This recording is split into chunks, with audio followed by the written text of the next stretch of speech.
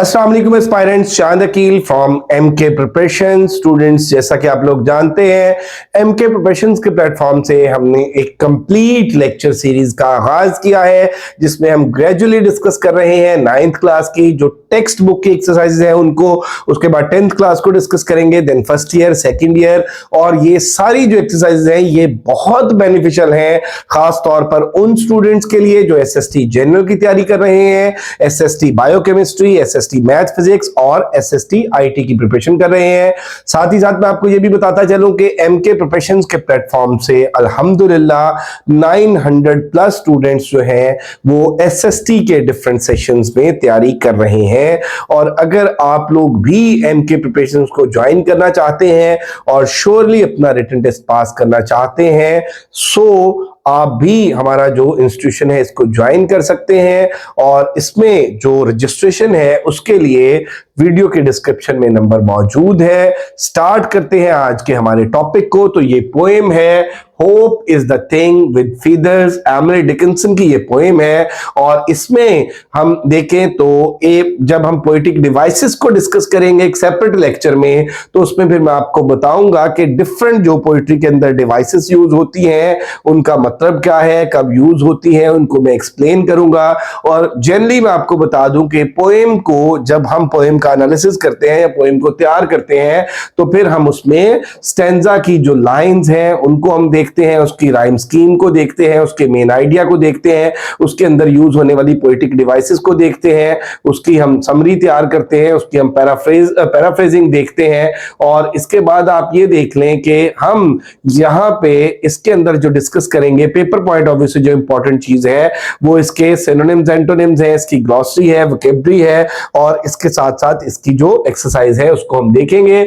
तो words meanings देखते हैं। सबसे पहले अबैश। अबैश जो है ये एम्बैरेस्ड के मीनिंग में आता है, अशेम्ड के मीनिंग में आता है। और इसमें आप देख लें कि embarrassed and ashamed because of something that you have done, अपने किए पर किसी बात पर जो है वो शर्मिंदा होना, एम्बैरेसमेंट फील करना, उस पर आपका हिचकिचाना, उस पर आपका शर्मसार होना, ये अबैश होता है। और उसके बाद अगर हम क्रम की बात कर लें तो a very small piece of food, तो ये खुराक का कोई भी जो छोटा सा टुकड़ा है उसके लिए हम क्रम का वर्ड यूज करते हैं, स्पेशली ऑफ ब्रेड और केक, खास तौर पे रोटी का या केक का टुकड़ा, that has fallen off a larger piece, जो किसी बड़े टुकड़े से अलग हुआ हो। उसके बाद गेल की बात कर लें तो गेल जो है वो बहुत शदीद जो हवा है, एन एक्सट्रीमली स्ट्रॉन्ग विंड, उसके लिए जो तेजो तुंद हवा है, जो तूफानी हवा है, उसके लिए हम गेल का वर्ड यूज करते हैं। उसके बाद अगर परचेज की बात कर लें तो परचेज ऑफ बर्ड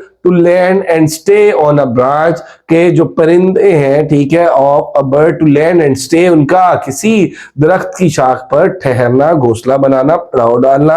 सोर, सोर part of body that is painful, सोर जो है वो तुर्स के मीनिंग में आता है, वो पेनफुल के मीनिंग में आता है, वो अनप्लेजेंट के मीनिंग में आता है। और अगर हम किसी जिल्द की बात कर लें, किसी चीज की, किसी जानदार की, तो वो जो रेड हुई हो वहां पे जो रैशेज है उस सेंस में आ जाएगा, specially because of infection, infection की वजह से। जैसे फॉर एग्जांपल हम कहते हैं सोर थ्रोट, ठीक है, तो ये वो वाला सोर है। और उसके बाद अगर हम ट्यून की बात कर लें तो ये म्यूजिकल टोन है जिसको हम नोट कहते हैं, जिसको हम धुन कहते हैं, a series of musical notes that are sung are played in a particular order to form a piece of music. और उसके बाद एक्सट्रीमिटी की अगर हम बात करें तो द फर्देस्ट पॉइंट, ठीक है, एक्सट्रीम किसी चीज का जो एक्सट्रीम लेवल है, पीक है, end or limit of something, किसी चीज की जो लिमिट है, किसी चीज की जो एंडिंग है, किसी चीज का जो पीक है, किसी चीज का जो इख्तिताम है। और उसके बाद अगर हम स्ट्रेंजेस्ट की बात करें तो स्ट्रेंजर से है, सुपरलेटिव है, स्ट्रेंज से स्ट्रेंजर और स्ट्रेंजेस्ट। तो अनयूजुअल और सरप्राइजिंग, कोई चीज जो रूटीन से हटकर हो, कोई चीज जिससे आप फेमिलियर ना हो, specially in a way that is difficult to understand. जैसे क्या करते हैं कि हम वो जो फार्सिकल एलिमेंट्स होते हैं जिनमें वो बड़ा अनएक्सपेक्टेड बिहेवियर होता है कैरेक्टर्स का, तो उसमें हम क्या करते हैं कि स्ट्रेंज, अनयूजुअल या सरप्राइजिंग के उसमें इनको यूज करते हैं। प्रेपोजिशन, मैंने अपने लेक्चर में बताया हुआ है कि प्रेपोजिशन होती क्या है। प्रेपोजिशन की टाइप्स में मैंने आपको 2 मेजर टाइप्स बताई हुई हैं, फिक्स्ड प्रेपोजिशन और अनफिक्स्ड प्रेपोजिशन, अनफिक्स्ड प्रेपोजिशन में फर्दर 4 टाइप्स बताई हुई हैं। उनमें प्रेपोजिशन ऑफ प्लेस है, प्रेपोजिशन ऑफ टाइम है, प्रेपोजिशन ऑफ मैनर्स है, प्रेपोजिशन ऑफ डायरेक्शन है। सबके रूल्स को मैंने डिस्कस किया हुआ है और इसके अलावा जो फिक्स्ड प्रेपोजिशन है उसके हवाले से भी मैंने वीडियोस अपलोड की हैं। आज हम डिस्कस करेंगे कि ये जो एक्सरसाइज के अंदर प्रेपोजिशन है, a preposition shows a relationship between ideas in a sentence. Preposition usually answers the question where और when. They often tell the location of the person और ऑब्जेक्ट इन टाइम और space. Use the common preposition from the word bank to complete the sentences. ये कुछ prepositions दी गई हैं और इनको हमने यूज करना है सेंटेंस कंप्लीशन में। तो इसमें आप देखेंगे the princess lives in the castle.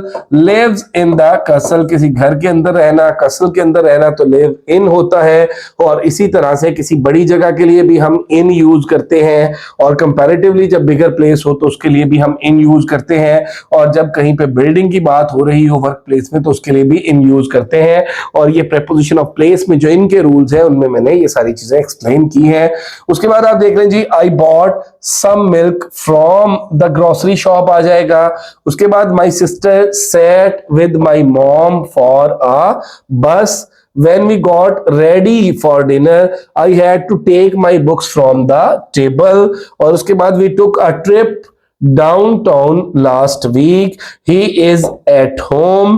Her apartment is on the second floor. और इसके बाद इसी तरह से आप देख लें कि नेक्स्ट में the boat will take you across the river. across और through का भी मैंने फर्क बताया हुआ है कि अगर हम बात कर लें किसी स्टार्टिंग पॉइंट से एंडिंग पॉइंट की तो अब दरिया को जो क्रॉस करना है, अबूर करना है, वो क्रॉस के मीनिंग में आ जाएगा। और पानी अगर बह रहा है, something is flowing through the water आ जाएगा। और उसके बाद आप देखें जी, the street runs along the sea front. और then I prefer to ride my bike too. Prefer हो, सीनियर हो, जूनियर हो, इसमें देन की बजाय हम टू यूज करते हैं। और इसके बाद देख लें जी, प्रेपोजिशनल फ्रेजेस एंड क्लॉजेस। जिस तरह से हमने एडवर्ब फ्रेज और एडवर्ब क्लॉज को देखा, same is the case prepositional phrases और प्रेपोजिशनल क्लॉजेस। तो अगर वन वर्ड की हो तो वो प्रेपोजिशन होती है, अगर टू वर्ड्स की हो तो वो कंपाउंड प्रेपोजिशन होती है, अगर वो ग्रुप ऑफ वर्ड्स हो तो वो प्रेपोजिशनल फ्रेज है, और अगर उसमें सब्जेक्ट और वर्ब भी आ जाए तो वो प्रेपोजिशनल क्लॉज होता है। अब इसमें आप देख लें कि rewrite the each of the following sentences below adding a prepositional phrase from the list below. Across the yard with the sprinkles at the park in a few days by the hunters. ये prepositional phrases हैं। The children played सीसा at the park, ये prepositional phrase आ गया हमारे पास first one में। और इसके बाद the cup cake is yours with sprinkles. और इसके बाद the lion was killed by the hunter, ये प्रेपोजिशनल फ्रेज आ गया।